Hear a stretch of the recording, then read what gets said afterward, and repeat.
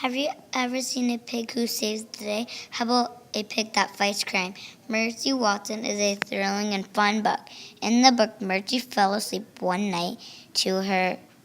Next to her was a little man named Leroy Ninker. He was there to rob the Watsons' house. On his way out of the house, he tried to step over Mercy to get out of the door, but he tripped over Mercy and woke up. Mercy woke up and ran to her neighbors, the Lincolns, because she felt someone on her back. Leroy Ninker was riding her like a horse. It was hysterical to see how Mercy would handle herself in a crazy solution. She always gets herself in a crazy nonsense. Check out this Mercy Watson book. You will love it. Signing off is Dominic Sanchez.